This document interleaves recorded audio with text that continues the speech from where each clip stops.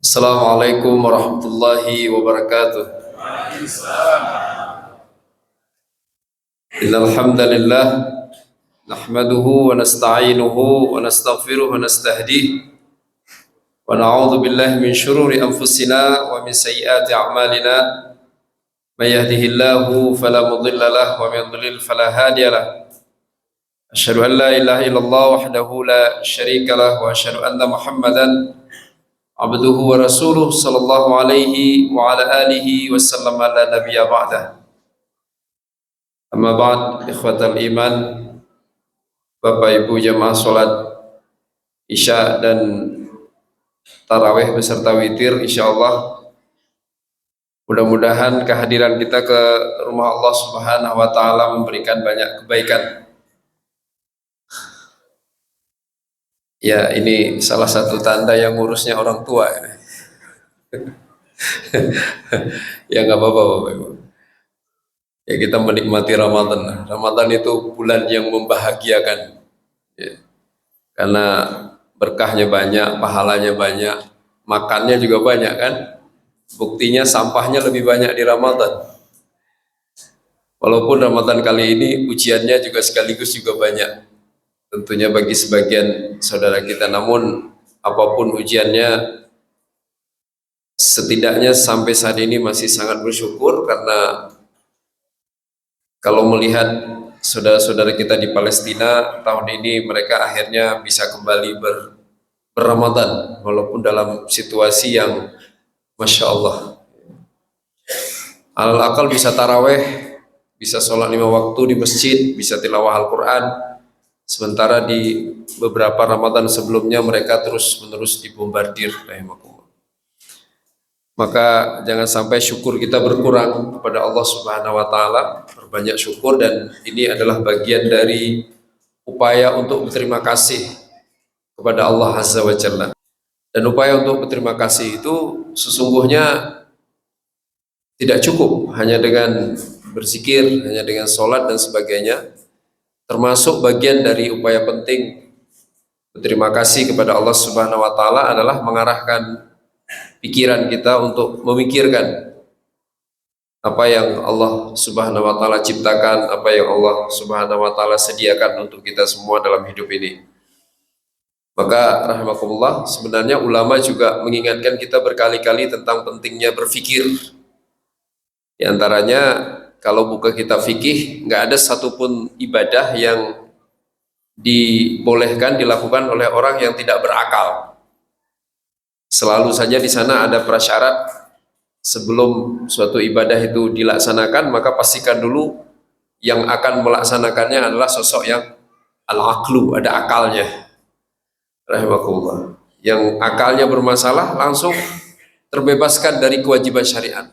Termasuk ibadah puasa, termasuk sholat isya yang baru saja kita tunaikan, itu hanya bagi yang berakal. Yang belum berakal maka tidak diwajibkan, bahkan dilarang kalau sampai mengganggu. Maka rahimakumullah, saudaraku yang dimuliakan Allah Subhanahu wa taala, sayangnya tidak sedikit di antara kita yang kemudian berasumsi bahwa yang penting modal akal. Selama masih sehat jiwanya, maka ia harus beribadah. Padahal selain itu yang diminta juga untuk menghadirkan akal ketika sedang melaksanakan ibadah. Jadi berakal atau sehat jiwanya agar ia mendapat hak untuk beribadah kepada Allah Subhanahu wa taala, sebagaimana ia juga harus menghadirkan akalnya ketika dalam pelaksanaan ibadah kepada Allah Subhanahu wa taala. Sederhana saja Bapak-bapak. Bayangkan ya, kalau Pak Ustadz Imam kita, ya walaupun ini nggak mungkin lah, tiba-tiba beliau lupa jumlah rakaat. Kalau lupanya jadi sedikit, bersyukur kita kan. Iya, tiba-tiba udah witir aja, kan nggak salah. Ya udah, mau gimana lagi? 6 rakaat, tiba-tiba witir. Alhamdulillah, di rumah tinggal nyambung 2 kan. Tapi coba kalau beliau lupa, di sini berapa sih? 28. Harusnya kita 8 rakaat tarawehnya. Ya, tiba-tiba beliau bangun lagi, taraweh lagi di rakaat 9 dan 10. Masya Allah. Itu kan kekuatan akal. Kan nggak perlu kan, bapak-bapak silahkan sholat taraweh dimanapun. Nggak ada tuh ada khusus pengingat jumlah rakaat untuk imam di belakang. Nggak ada. bisik-bisik, Pak Imam, tinggal 2 lagi ya, Pak Imam, tinggal, nggak ada rahmaku. Kalau di kampung saya atau mungkin di sebagian kampung bapak-bapak ada paling zikir doang. Biasanya imam mengidentifikasinya dari jenis zikir antara sholat tarawih. Ya, setelah salam itu ada zikirnya beda. Ah, ini berarti rakaat 2, terus 4, terus 6 dan seterusnya. Nah, namun saudaraku yang dimuliakan Allah SWT, hal ini ternyata bukan hanya tentang itu menghitung jumlah rakaat, tapi juga yang sering terlewatkan oleh banyak orang, yaitu menggunakan akal untuk menyadari ia sedang apa. Saking rutinnya kita sholat, akhirnya gerakan sholat itu benar-benar sempurna jadi gerak refleks. Sampai-sampai apa yang terjadi, Pak? Kita sholat 4 rakaat nih Isya dia. Saking rutinnya, udah nggak kehitung kan berapa kali kita sholat Isya? Ribuan. Selesai sholat, kita nggak tahu tadi apa yang terjadi dalam sholat. Selesai sholat kita ingat lagi, tadi saya baca surat apa ya di rakaat pertama? Nggak ingat. Tadi saya baca surat apa ya di rakaat kedua? Nggak ingat. Kita cuma tahu udah selesai sholat Isya 4 rakaat. Tapi kita nggak ingat tadi baca Al-Fatihah kayak apa ya? Rapih nggak? Pelan nggak bacanya? Tadi di ruku saya baca apa ya? Nggak ingat. Tadi ingatnya apa? Habis sholat dia pengen makan. Jadi dalam sholatnya, kalau itu sholat duhur 4 rakaat, dia bisa membayangkan, mendesain rencana makan siangnya pada siang hari itu. Jadi sempurna rencananya didesain di dalam sholatnya. Padahal orang lain yang melihatnya melaksanakan sholat, nggak melihat dia sedang oret-oretan, sedang nyari Google Map, nggak sama sekali. Teman di sebelahnya akan dengan mudah mengatakan, wih sholatnya khusyuk banget. Ya, sholat khusyuk. Tatapan matanya ke arah sujud, tangannya dilipat, kepalanya nunduk ke bawah, pokoknya khusyuk, tumakninah, i'tidal. Begitu selesai sholat, assalamualaikum, makan yuk. Mau di mana? Udah bismillah. Lagi dia udah siap mau makan di mana, pilih menu apa. Nah itu masalah kita rahmatullah. Benar sekali, benar. Syaratnya ibadah itu hanya boleh dilaksanakan oleh orang yang berakal. Tetapi kemudian akal tidak lagi digunakan ketika ibadah itu dilaksanakan. Jadi orang melaksanakan ibadah hanya mengandalkan gerak refleksnya tanpa pikiran. Padahal orang yang nggak punya pikiran nggak perlu ibadah. Dan tidak ada ibadah yang berfaedah kecuali jika dilakukan dengan pikiran. Rahimahullah. Sholat, begitu pikirannya nggak hadir, berarti nggak khusyuk. Begitu dia nggak khusyuk, berarti nggak akan berdampak. Terus ngapain sholat? Banyak kan kita menyaksikan orang yang rutin sekali sholat, bahkan rajin ke masjid, tapi kok nggak berubah ya? Nggak ada banyak kebaikan, nggak ada kebaikan yang bertambah, nggak ada keburukan yang berkurang. Ya beliau begitu-begitu aja. Berapa tahun sudah ke masjid? 30 tahun. Ada mungkin yang baru mulai 20 tahun, 10 tahun, cukup lama sebenarnya. Harusnya udah banyak sekali perubahannya. Kalau kita membuat perbandingan, iya. Selalu lebih baik mereka yang rutin ke masjid dibandingkan yang nggak rutin ke masjid. Kualitas imannya, iya lebih baik. Tapi persoalannya, kenapa perubahannya nggak signifikan? Kan dekatnya nggak main-main, Pak. Nih, saya kasih contoh ke antum. Nih misalnya nih, sekarang kan kita presiden baru nih, ya kan? Dulu termarginalkan, periode-periode sebelumnya, karena nggak CS-nya yang jadi presiden. Sekarang yang jadi presiden CS-nya. Butuh berapa lama, Pak, untuk segera naik kelas? Sebentar kan? Salaman, dipeluk, dibisikin, besok duduk di jabatan ini ya, selesai masalahnya. Dalam hitungan berapa menit itu, Pak? Katakanlah sepekan proses penerbitan SK atau sebulan lah paling lama.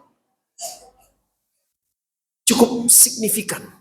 Cepat sekali. Kenapa? Dekatnya langsung dengan RI1 rahimahullah. Lah, ketika kita rutin sholat, kita dekatnya sama siapa, Bapak? Penguasa jagat raya yang nggak ada periode masa kekuasaan, dia nggak dipilih ulang setiap 5 tahun, enggak. Dia pencipta, dia penguasa nyawa, dia penguasa kesehatan, dia penguasa bumi, dia penguasa rezeki. Jika ia berkehendak dan menakdirkan, ustadz yang sedang ceramah ini pun bisa dicabut nyawanya tiba-tiba. Nggak ada yang bisa menghalangi kehendaknya. Anehnya, kita merasa cukup dekat. sama zat penguasa itu. Kita selalu datang main ke rumahnya 5 kali sehari. Luar biasa. Ada yang boleh main ke istana 5 kali sehari, Pak. Kecuali kerja di Setnek kan. Kalau enggak ngapain ke istana mulu. 5 kali bawa apa? Ini kan rumah Allah ini. 5 kali sehari. Udah gitu enggak sebentar. Kenapa enggak ada perubahan yang besar? Jawabannya sederhana saja. Karena ternyata kita nggak sadar ketika tiba di sini. Bayangkan Pak, saya ngomong sama beliau, saya ada keperluan dengan Pak Imam, ya ngobrol. Saya datang, beliau bilang, ya udah Ustaz datang, saya ada waktu sejam, Ustaz datang. Begitu saya niat, saya sadar, saya normal, sehat jiwanya. Begitu datang ngobrol, saya nggak sadar ngobrolnya. Ngomong aja saya. Begitu selesai, Ustaz udah selesai. Udah, tadi Ustaz ngomong apa? Apa ya? Tadi kan saya ngomong setengah jam. Kira-kira permohonan saya dikabulkan nggak, Bapak? Ya enggak lah. Malah beliau bilang apa? Ustaz, kayaknya Ustaz mending ke rumah sakit jiwa aja lah. Itu yang terjadi dengan kita, rahimakumullah. Kita nggak menyadari apa yang kita ucapkan. Kita nggak menyadari gerakan yang kita lakukan. Akhirnya kita terus sholat, dan sholat kita nggak memberikan dampak yang signifikan. Maka saudaraku yang dimuliakan Allah SWT, dalam kesempatan malam yang berkah, malam bulan Ramadan ini, mari kita hadirkan kembali kesadaran kita sama Bapak, sama persis seperti urusan dunia. Nggak melulu soal kuantitas. Bener, kita pengen yang banyak, tapi nomor satu yang dikejar pasti kualitasnya. Bukan tentang jam kerja ya kan, tapi tentang take home pay-nya, berapa banyak kita bawa ke rumah. Nggak sedikit yang kerja terus, tapi mereka nggak dapat apa-apa, atau dapatnya terbatas, tapi mereka yang nggak selalu bekerja, tapi kadang-kadang penghasilannya berlimpah, rahimakumullah. Begitu pula tentang akhirat kita. Usia kita terbatas, nggak mungkin kita bisa nego sama Allah terus minta umurnya dipanjangkan, nggak mungkin, rahimakumullah. Usia kita terbatas. Kemampuan kita juga terbatas. Kita nggak mungkin selalu sehat bisa ke masjid. Kita pengen, rahimakumullah, semua kita ingin. Mulai kita melakukan beribadah, mulai kita hadir ke masjid, mulai kita sholat, maka mulai sejak itu pula Allah SWT mulai mengabulkan semua keinginan-keinginan baik kita. Mulai sejak itu pula Allah mulai membanyakkan baiknya dan mulai pelan-pelan mengurangi keburukan-keburukannya. Persis sebagaimana yang disampaikan oleh Allah Subhanahu wa taala di antaranya dalam surah Ali Imran yang sangat populer itu ayat 190. Inna fi khalqis samawati wal ard wa ikhtilafil laili wan nahari laayatin liulil albab. Penciptaan bumi dan langit, pergantian siang dan malam, tanda-tanda bagi ulul albab. Ulu itu orang yang memiliki, albab dari kata lubun, orang yang menguasai inti. Inti apa yang dimasukkan oleh Allah SWT? Ashab al-uqul as-salimah, pemilik akal sehat. Akalnya bekerja, menyadari apa yang ia lakukan. Kita alhamdulillah sehat, tapi ternyata sangat temporer. Begitu khusyuk beribadah, begitu mulai beribadah, kehilangan kekhusyuan. Artinya, akal kita kadang-kadang nggak hadir di tengah-tengah pelaksanaan ibadah itu. Semoga rahimakumullah kita bisa mengamalkan sebagaimana yang Allah lanjutkan di ayat setelahnya. Alladzina yadhkurunallaha qiyaman wa qu'udan wa 'ala junubihim. Jadi karena dia selalu sadar, akhirnya kesadarannya mendorongnya untuk beribadah. Ibadahnya dilakukan dengan kesadaran penuh karena ia adalah makhluk yang lemah. Wa yatafakkaruna fi khalqis samawati wal ard. Jadi ibadah, Pak. Allahu Akbar. Allahu Akbar, Allahu Akbar. Bukan Allahu Akbar, tapi Allahu Akbar. Bukan Allahu Akbar sekedar ucapan, tetapi Allahu Akbar dalam kesadarannya Allah Maha Besar, aku Maha Kecil. Itu rahimakumullah. Semoga ada manfaatnya buat kita bersama. Mohon maaf jika ada kesalahan. Billahi taufiq wal hidayah. Wassalamualaikum warahmatullahi wabarakatuh. Syekh lah masa.